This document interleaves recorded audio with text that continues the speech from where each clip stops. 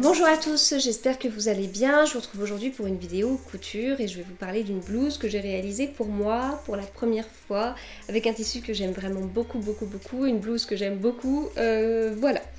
Donc il s'agit de la blouse April de You Made My Day Patterns qui m'a été offerte justement par Amaya parce que j'ai eu un énorme coup de cœur. Donc quand elle a sorti sa collection April composée de plusieurs pièces, moi j'ai craqué totalement sur la blouse quoi. Enfin voilà, c'est une blouse qui a plusieurs options et notamment donc il y a avec des manches volantées, sans manches volantées, des petits volants ajoutés à ce niveau-là, éventuellement une ceinture ou deux pièces sur le devant au niveau du ventre avec des petits boutons, enfin voilà, vraiment superbe. Et moi j'ai totalement craqué pour les manches, ce qui fait que j'ai fait une version très simple, sauf les manches. Voilà, j'ai beaucoup hésité sur la version, j'aimais bien avec la ceinture, mais euh, je suis pas encore à l'aise en ce moment pour pouvoir porter ça, mais très sympa aussi. Voilà, donc avant de vous montrer ça, je voulais vous parler de la taille parce que j'ai peur d'oublier ce point. Donc pour choisir la taille que j'allais coudre, parce que c'est la première fois que je faisais un patron de la marque You Made My Day Patterns, je vais réussir. Du coup, je me suis référée au tableau de taille par rapport à mon tour de buste, comme j'ai l'habitude de faire. Et du coup, je suis tombée sur une taille au-dessus de celle que je couds habituellement. Donc du coup, si vous êtes amené à faire aussi cette blouse, ce que je vous conseille vu les manches de folie, regardez bien le tableau des tailles avant de la réaliser. Et à noter aussi que le patron existe en 3 langues, enfin dans les mêmes explications en fait, on se retrouve avec les explications en français, en anglais, en espagnol, donc ça c'est quand même chouette aussi. Alors, personnellement, j'ai réalisé ma version avec cette viscose. Je ne l'ai pas repassée depuis que j'ai fait les photos, donc c'est possible qu'elle ait quelques petits plis. Mais en tout cas, c'est une viscose de chez Glitzer Puppy que j'ai acheté sur leur site. A priori, elle existe sur d'autres sites. Et en fait, c'est juste une viscose de folie parce que déjà, la couleur, moi c'est totalement mes couleurs, hein, les couleurs très automnales comme ça. Mais en plus, je sais pas si vous voyez depuis tout à l'heure, ce brillant là, ce doré sur le tissu, c'est fou. C'est vraiment fou quoi, c'est trop beau. Donc doré et puis des petites fleurs roses. Voilà. Donc la blouse, elle est assez simple à réaliser. Du coup, on a pour le devant, on a 3 panneaux, donc un panneau central et 2 sur les côtés. En fait, on a ces 3 panneaux parce que dans les différentes versions, on a des volants qui peuvent venir s'insérer ici entre le panneau central et les panneaux des côtés, et on a la ceinture qui part de là, et puis pareil pour les petites, je sais pas comment appeler ça, les petites planches à boutons. Enfin voilà, pour l'autre version aussi, on a besoin de ça. Donc moi j'ai fait une version sans tout ça, donc j'ai quand même mes différents panneaux. Voilà, c'était peut-être pas obligé, mais en même temps ça vient aussi bien formé au niveau de la poitrine, donc voilà. En fait, je vous avoue que j'ai quand même hésité à ajouter en plus des volants. En plus de cela, je me suis dit, bon, allez, je pars sur une version light. Et comme je vous dis, j'avais aussi pensé à la ceinture parce elle est vraiment très simple. Euh, donc voilà pour ça. Ce qui est très sympa aussi, c'est le col. Il a une forme qui change, je trouve. Alors, si je vous mets bien les épaules là. Euh, Hop, pour éviter les plis. Pas facile de vous montrer comme ça sur simple, mais en tout cas, la forme est très sympa pour le col. Et puis, eh bien, on a ces manches, c'est juste la folie. Ah, c'est magnifique. Il y a un tombé, mais de fou, sur des manches. Enfin, je trouve ça hyper original. Vraiment, j'aime beaucoup.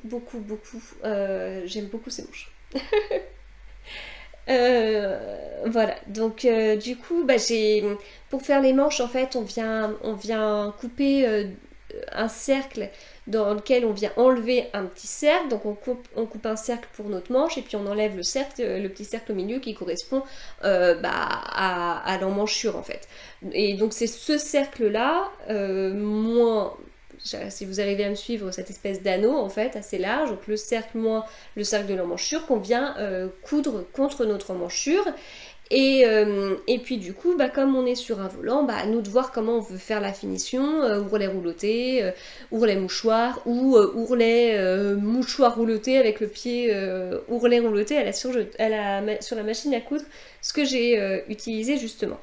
Et ce qui n'a pas été évident tout de suite, c'est de me dire, alors mon tissu il a un sens, comment je mets ma manche pour avoir le bon sens et enfin du coup bon, c'est pas compliqué mais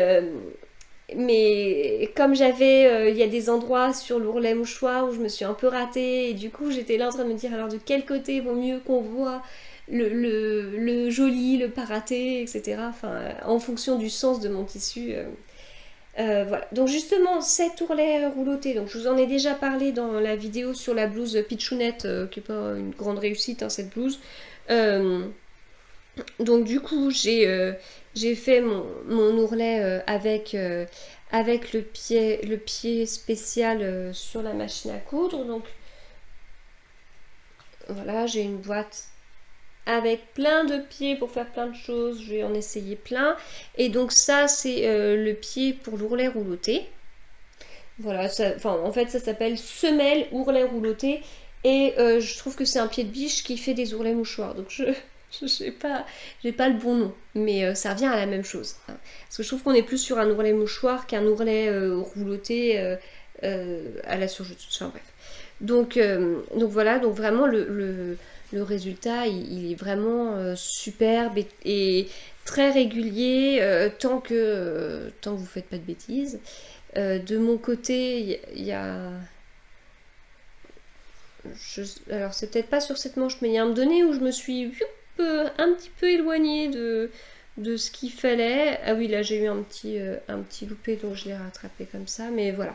Bon, après, c'est quand même un ourlet rouloté, un ourlet mouchoir pour un volant, donc c'est amené à être justement volanté, donc bon, si on fait une petite erreur, avec un peu de chance et avec les plis, ça peut passer inaperçu. Donc ça c'est l'extérieur, et au niveau de l'intérieur, voilà.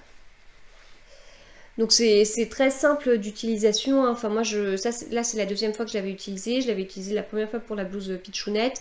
Vraiment j'y ai été et puis voilà. Et puis bah là on a quand même tout un cercle de manches quoi. Donc ça permet de se faire la main aussi. Et puis enfin voilà. Donc en tout cas, enfin, pas de difficulté, même si je vous dis, quand on regarde vraiment à la loupe, il y a des endroits où c'est pas autant réussi qu'ailleurs.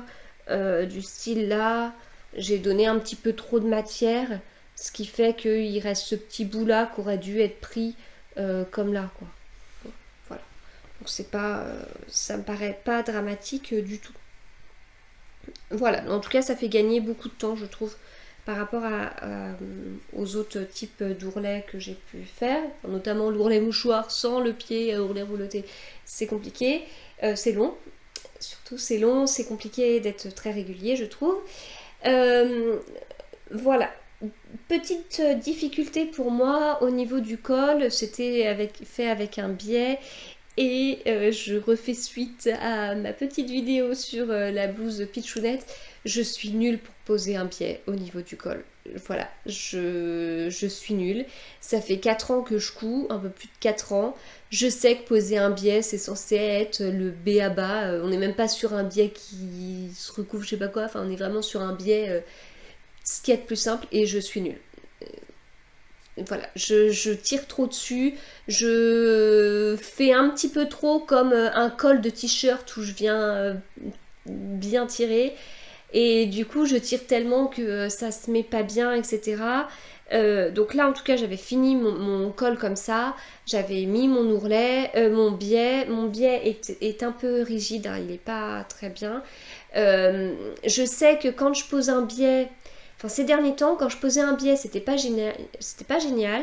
Je mettais un coup de fer à repasser et nickel, ça se mettait super bien. Et là, coup sur coup, alors avec le même biais de pas très bonne qualité, je vais pas dire que c'est de la faute du biais quand même parce que je suis pas sûre d'être douée pour en poser, mais en tout cas j'avais toujours cet effet de une fois que je le pose c'est pas beau, mais une fois que je mets un coup de fer à repasser ça change rien quoi. Enfin c'est-à-dire que le col ressort un peu comme ça vient pas se plaquer. Et ouais, c'est cartonneux, c'est rigide. Enfin, en fait, ça fait un peu ça, quoi. Enfin, ça vient, au lieu de bien se déposer délicatement sur le corps, ça a l'impression d'avoir un truc à 1 cm du corps. Voilà. Donc, du coup, une fois que j'avais bien posé mon biais, que j'ai bien repassé, que j'ai essayé 2, 3 fois, que je me suis rendu compte que non, c'était vraiment pas possible, alors que j'aimais beaucoup cette blouse, j'aimais beaucoup le tissu, etc. J'ai enlevé mon biais. Donc j'ai enlevé la surpiqûre, j'ai enlevé le biais, j'ai coupé une parmenture en me basant en fait sur le col qu'on a sur l'empiècement milieu du devant et puis sur l'encolure du dos. Donc j'ai fait une parmenture de quelques centimètres que j'ai surjeté sur le côté, hein, j'ai un tissu qui s'effiloche. J'ai cousu ma parmenture endroit contre endroit sur mon col. Je l'ai repassé, je l'ai rentré à l'intérieur en repassant, en marquant bien le pli au fer. J'ai fait ma surpiqûre. J'avais vraiment peur parce que j'avais très peu de fil. Là j'ai un fil alors qui est pas non plus hyper ton sur ton, mais on n'est pas trop mal quand même. J'ai déjà fait pire. Et il me restait, mais en fait au début je pensais pas que j'aurais eu assez pour le faire. Donc au final ça a marché, donc c'est bon. J'ai pu faire ça et puis le col me convient beaucoup mieux. C'est plus fluide, c'est plus léger, ça se met bien comme il faut sur le corps. Donc voilà. Donc du coup, encore une fois, ça fait 2 fois que la conclusion c'est que je suis nulle pour poser un biais. Voilà.